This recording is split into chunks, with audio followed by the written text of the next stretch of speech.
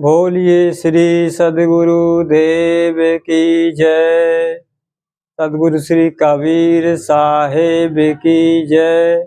सद्गुरु श्री पूरण साहेब की जय। सद्गुरु श्री राम स्वरूप साहेब की जय। आचार्य सद्गुरु श्री महान साहेब की जय। मेरे हृदय मंदिर के आराध्य परम पूज्य गुरुदेव जी, वंदनीय संत समाज, प्रेमी सत्संग श्रोता बंधु, आप सबके भी सदगुरु कबीर साहब के विचार।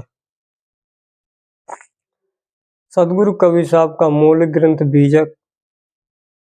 सदगुरु कबीर साहब कहते, कबीरन भक्ति बिगारिया, कंकर पत्थर धोए, अंतर में विश्राख के अमृत डारन खोए।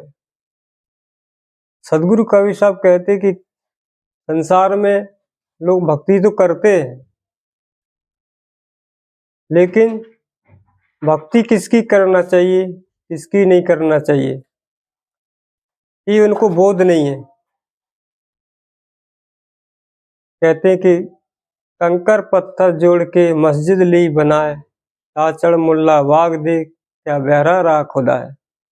इधर मुसलमान लोग कहते हैं कि संसार को बनाने वाला हमारा अल्लाह खुदा ने बनाया, और इधर एक तरफ हिंदू लोग कहते हैं संसार हमारे परमात्मा ने बनाया। तो हिंदुओं के लिए सदगुरु कबीर साहब कहते हैं कि हिंदू पूजे देवता तुरक ना काऊ है, कितनो मनाओ पाँव पर कितनो मनाओ रोए, हिंदू पूजे देवता तुरक ना काऊ है। तो सदगुरुदेव कहते हैं एक तरफ हिंदू लोग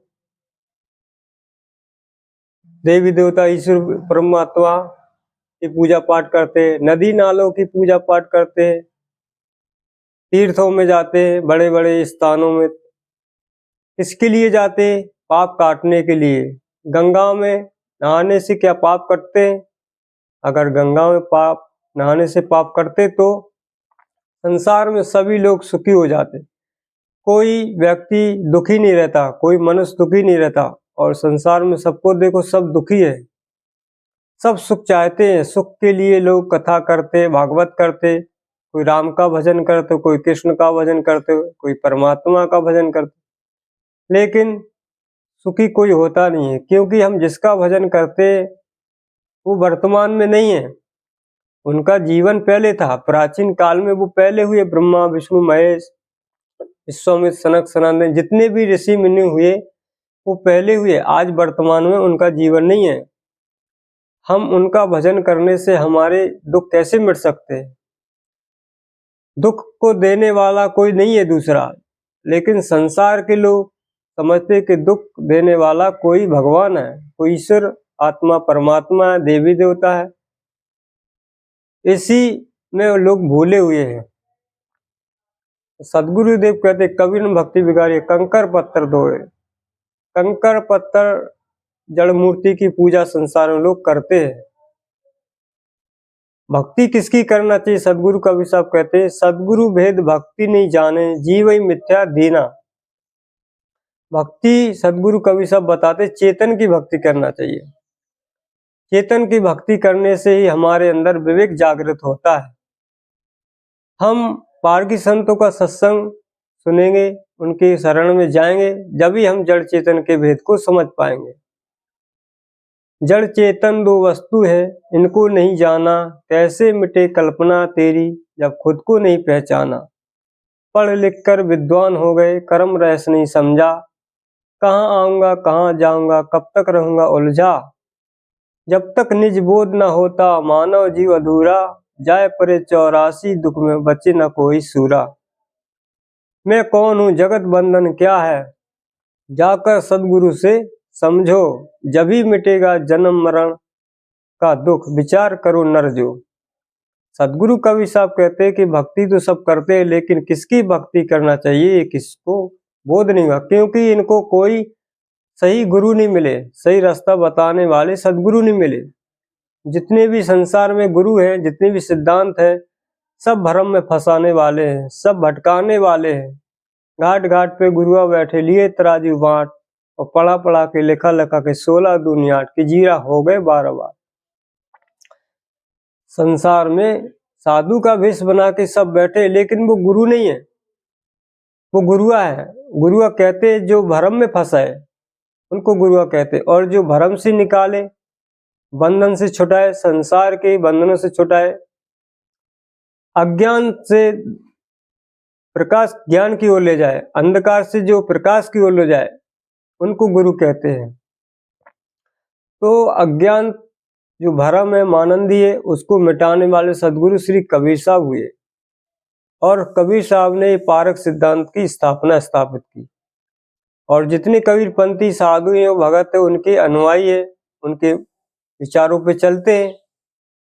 कबीर साहब का ज्ञान तो जड़ चेतन सत्य और असत्य का है, और सत्य असत्य हमें जब तक हम नहीं जानेंगे, जब तक हम पारकी संतों का सत्संग नहीं करेंगे।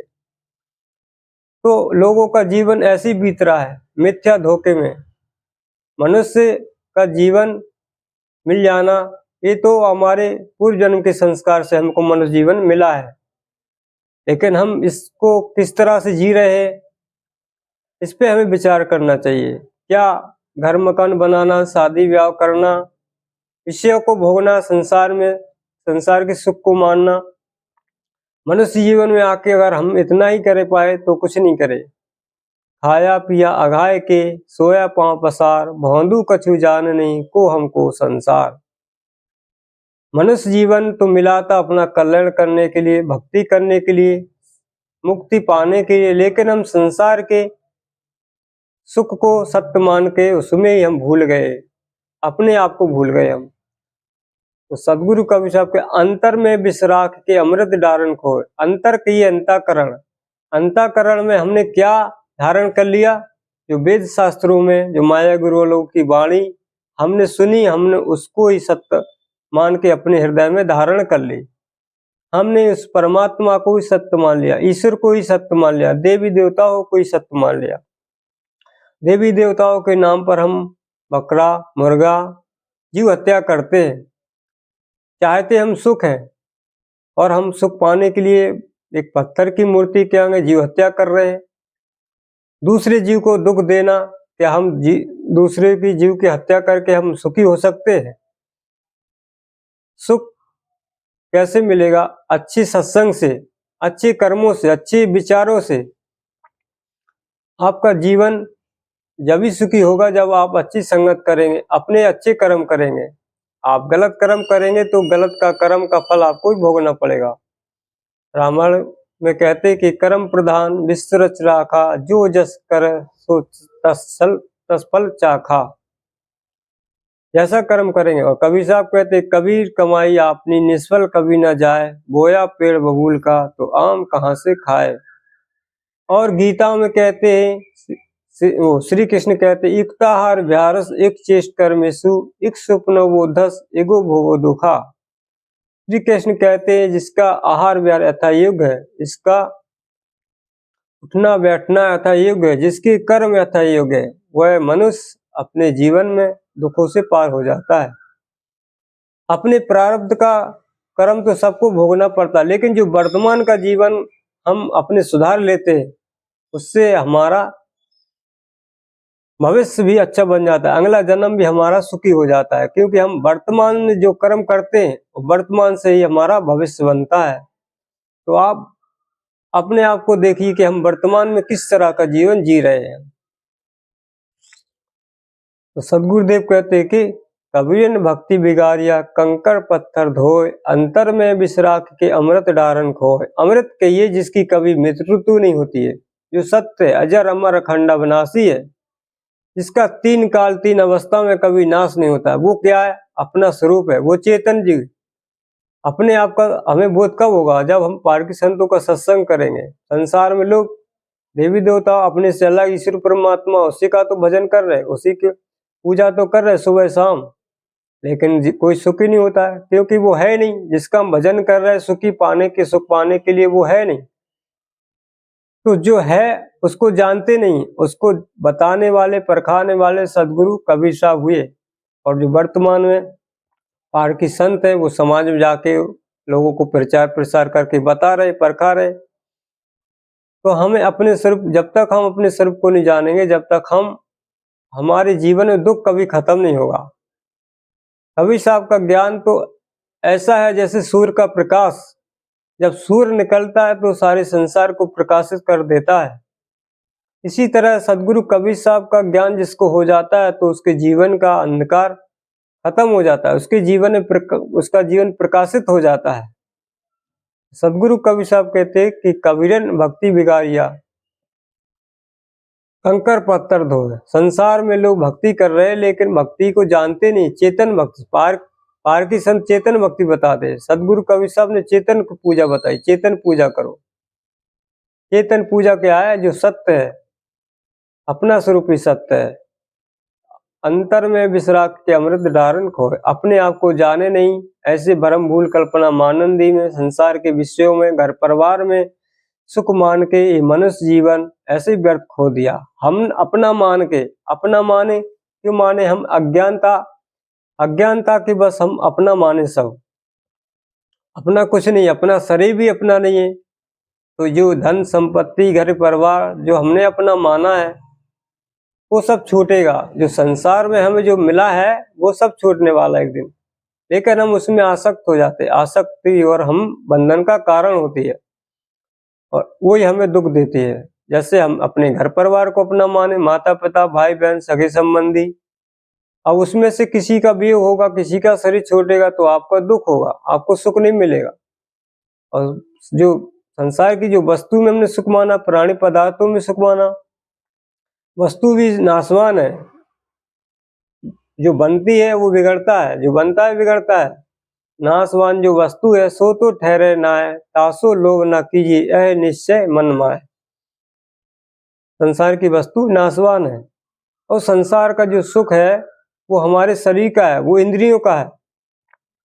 इंद्रिय कभी तृप्त नहीं होती है क्योंकि मन हमारा चंचल है। मन की चंचलता कैसे मिटेगी? सत्संग में बैठ के हित की बात विचार, श्रवण कर मन लाए के चंचलता मिटाए। सत्संग में बैठो और हित की बात विचारो और श्रवण कर, मन लगा के श्रवण करो। सत्संग के जो शब्द है, जो उपदेश दे रहे संत महात्मा, उनको अपने जीवन में अनुसरण करो। और मन की चंचलता खत्म होगी।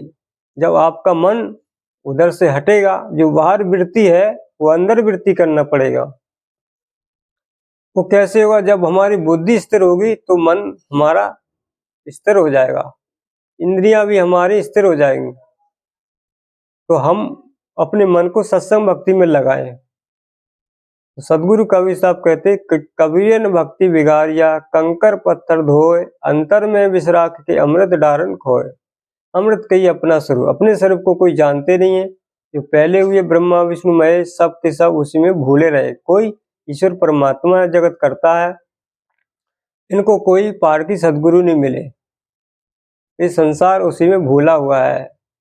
और भूल कैसे मिटेगी? जब हम पार की संतों को सत्संग करेंगे, उनके शरण में जाएंगे, जब भी हमें अपने स्वरूप का बोध होगा। हमें अपने स्वरूप का बोध हो गया तो हम संसार के बंधनों से छूट सकते, हम अपने जीवन को सुखी बना सकते। मनुष्य जीवन क्या है? स्वतंत्र भूमिका है।